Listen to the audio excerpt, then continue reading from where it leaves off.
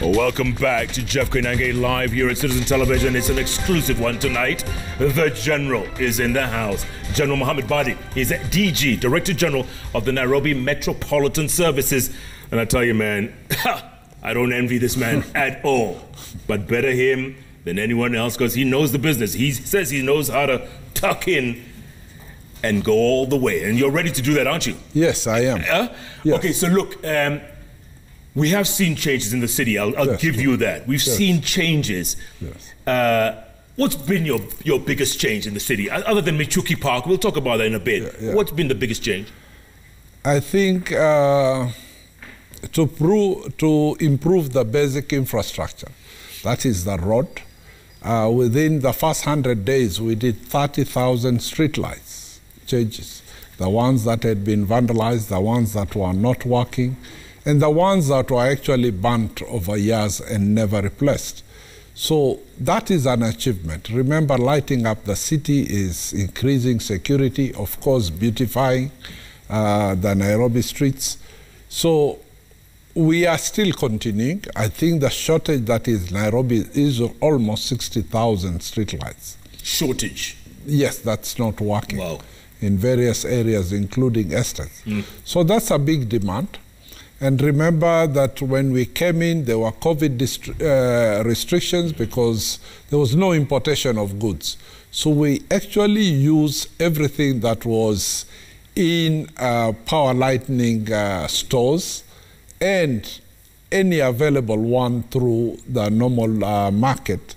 And we exhausted all of them, and we just had to wait for COVID to lift up. Are you saying if it wasn't for COVID, you would have been further ahead, you'd have done a lot more? We would have been miles ahead because a lot of material that we required was actually not available in the market. Most of the materials are imported, and most of those companies that imported them usually wait for the demand before they bring in the items. But yes, we could get a few items through the sea, but that sea took a few months for the goods to come in. But as far as air cargo was concerned, we could not get any. But we would have done a lot better than what we have done. Let's talk about roads. All the roads that are being tarred or retarred. Yes. Right? Actually, the roads is another area that was actually mismanaged because the county had resources of making these roads but would rather give it to contractors, of course at a fee. And this ate into the county budget. We had an asphalt machine in industrial area. That was the county. I inherited it. It's an old asphalt machine that is almost 30 years old, but was still producing asphalt for the roads. When I took over and started doing all the roads, of course... I think we're seeing that on TV right now. Yeah. You see pictures of that, yeah. Yeah. You know, there was sabotage. And that asphalt plant, as we are talking, has been burnt to the ground. What? Yes. There are several people, I can't say who. I've left that to the security agency to find out who it is, but it was razed down. Fortunate enough for me, I had seen that asphalt plant is aging, could not do much, so we ordered for a new one. While my saboteurs were thinking of putting me at a halt, they only delayed me for 3 weeks between the burning down of the old asphalt plant and the operationalization of the new plant. Is that the one on Kangundo Road? Yes, yes. So, kazi ikaendelea? Kazi ikaendelea, and now it's producing almost 10 times that asphalt that was produced. Yeah, but that's what I was telling you earlier on. This is like Chicago in 1940s, you know? Yes, you're dealing with mafia, cartels. True. They'll stop at nothing. True. But you still want to fight them? But the cartels are our own people, Jeff. So we know how to handle them. They are not strangers. Yeah. They are not foreigners. They are Kenyans. So we know how to live with each other. Okay, so now the roads are being tarred. Yes. Like how many kilometers you said a week or a month? Our target is to do up to 5 kilometers a day. what is stopping us at the moment is we have enough asphalt, but the machinery at the road. You know, I also found quite old equipment. We have repaired some, and we are procuring some slowly. So as we increase our capacity, I'm sure we can do up to 5 kilometers a day. At the moment, we can do up to 2, which is slowed down by equipment, but we will reach that mark. Yeah. And we'll not only do within Nairobi city, we want to go to industrial area and also do every estate in Nairobi. Speaking of Nairobi city, the question I asked you before I forget. Yes. Beggars. Beggars, yes. Beggars, it's funny enough that most of these beggars are not Kenyans. From what I hear from the security agency, they are actually imported. I would say street children are more of a menace because they don't only beg, but they're also involved in crime. Now, I did the first project by employing all the street children in Nairobi to make a road. We started with Grogan Road. Remember, Grogan Road is a very old road. Yes. Jeff, you know about it. Correct. It was actually disused for the last 10 years. We had electricity poles in the middle of the road built because there was no tarmac left on Grogan Road. So I was given a task to revive Grogan Road. You know, all the traffic jam on Kirinyaga Road that used to pour to Grogan Road was not working. So I used the street children. They are some of the most effective workers I've seen. First of all, any material, whether it's gravels, it's stones, it's wire, when I place it on ground, they actually sleep on it, so nobody steals. I didn't have to look for a store. Second, they worked from 7 to 7, the morning shift, and the night shift works from 7 to 7. They had organized themselves. Apart from the few machinery, materials that I provided, and supervisors of making the road from National Youth, the street families actually have built the Grogan Road into a modern international road, which will soon be commissioned, complete with water piping, sewage laid, including internet ducts, done by street children. Whoa. So it's going to be a story when His Excellency opens it soon. Yeah, but what about when people say they're trying to park cars in the CBD and there's no kanjo, but these people walk up to them and they're asking, tupatie kitu, and then we'll look after your car, kind of, it looks like a little disorganized. It's true. The parking system, actually the revenue collection in Nairobi had been messed up.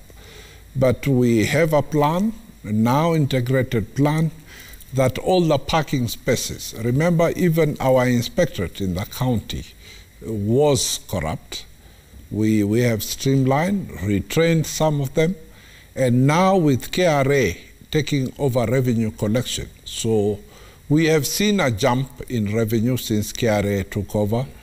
We are still going to train the inspectorate on revenue collection.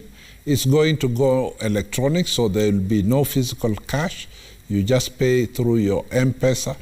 And what we want to do for the future is to have an electronic parking system, just like the one at All Saints. So if we have, say, 8 to 10-story parking system just next to Law Court, the area, the parking that belongs to county, electronically. So when you leave your home, you'll be able to log into that parking space, pay for your parking, and it will even tell you which parking number is reserved for you and how many hours.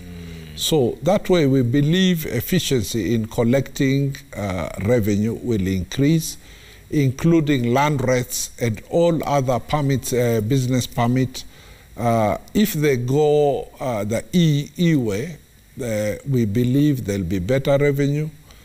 In terms of removing the parking boys, yes, there was a demand.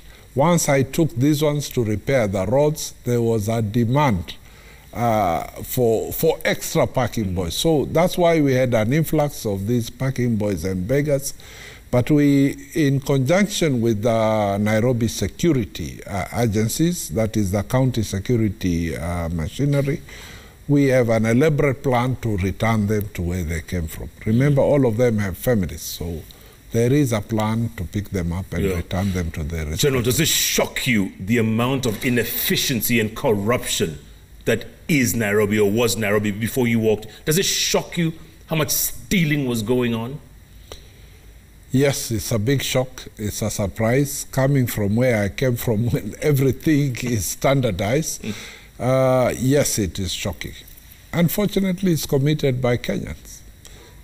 So it is, as I said, it's just a management style. Once you put all the systems into place, I believe the corruption just dies. Yeah. You know, I was in, a team of ours was in Kigali, well, 4 weeks ago. Yes. Kigali, driving down the streets, General, and I must say this, it reminded me of Nairobi of the 1970s. You remember? Remember Nairobi of the 1970s? Yes, yes. And to see what Nairobi has turned out to be, yes, and what Kigali is, despite what they went through 26 years ago. True. I mean, when did the rain start beating us, General? Well, I can't say it started with devolution. It started long before that. It's only the leaders that we elected then forgot about service delivery and thought about themselves. But I believe this attitude can be changed and we can return it back within the shortest time period. Yeah. Kigali did a remarkable change within a short period. And remember that they had one day sacrifice where everybody, including His Excellency the President, that collects that. Yeah. The other day I just announced it and almost everybody is at war. Why can't you clean your own compound, Jeff? You don't lose anything and it will be on a Saturday. Yeah. So we now want to make it into law so that it is a must for everybody to clean their area. You know, it's incredible that, you know, you're right. You're asking people just one day a month. Yes. One day, clean your own damn neighborhood. Yes. Your own compound, Jeff, not even your neighbors. Oh, Lord. And they're taking you to court. Oh, they will. They are always activists to go and just like Michuki Park. Look at Michuki Park. True. You're saying people are taking you to court for that? Yes. Remember that when we took over Michuki Park, the Nairobi River running there was actually a sewer line. Remember during Michuki days, he had cleaned the Nairobi River, but it was just neglect. And it's just a few years ago since the late Honorable Michuki died. And within these few years, it has turned back. It was a chokora sleeping dead, where everybody's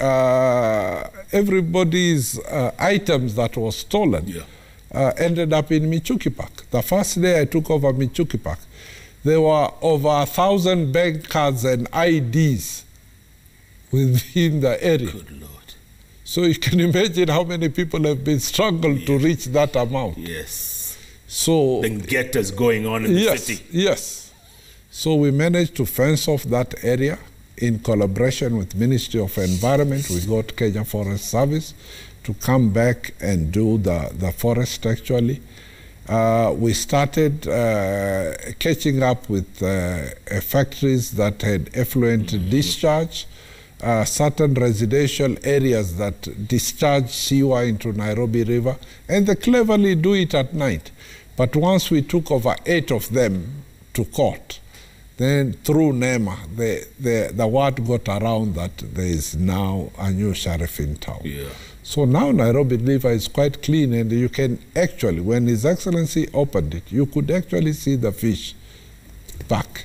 In the river? In the river. But then people came back and said that land belongs to us. Yes.